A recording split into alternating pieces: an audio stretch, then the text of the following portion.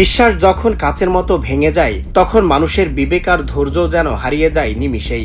মাঝ রাস্তায় জনসমক্ষে এক তরুণীর কাণ্ড দেখে থমকে দাঁড়ালো পথচারীরা। কোনো সিনেমার দৃশ্য নয়, বরং স্বামীর ওপর জমে থাকা পাহাড় সম ক্ষোভের প্রকাশ। পরকীয়ার সন্দেহে নিজের ওপর নিয়ন্ত্রণ হারিয়ে স্বামীর শখের বাইকটিকে পাথরের আঘাতে পিষে ফেললেন স্ত্রী। রাস্তার ওপর পড়ে থাকা একটি বাইককে লক্ষ্য করে বড় বড় পাথর ছুঁড়ছেন এক তরুণী। যেন প্রতিটি পাথরের আঘাতেই তিনি প্রতিশোধ নিচ্ছেন স্বামীর প্রতি তার দীর্ঘদিনের জমানো ক্ষোভ আর অপমানের। এমন এক চাঞ্চল্যকর ভিডিও বর্তমানে সামাজিক যোগাযোগ মাধ্যমে ভাইরাল হয়েছে। জানা গেছে, স্বামী অন্য এক নারীর সঙ্গে ফোনে কথা বলছিলেন আর এমন সন্দেহ থেকেই ঝগড়ার সূত্রপাত।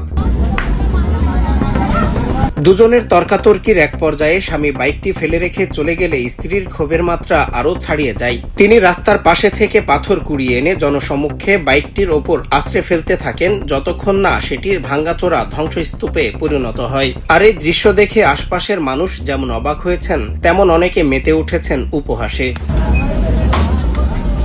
জানা যায়, চাঞ্চল্যকর এই ঘটনাটি ঘটেছে উত্তরপ্রদেশের বুলন্দ শহরে। ভাইরাল হওয়া একাধিক ভিডিও ছড়িয়ে পড়ার পর থেকেই শুরু হয়েছে আলোচনা সমালোচনা। আবার অনেকেই বলেন, রাগের মাথায় নিজের সর্বনাশ করা বোকামি।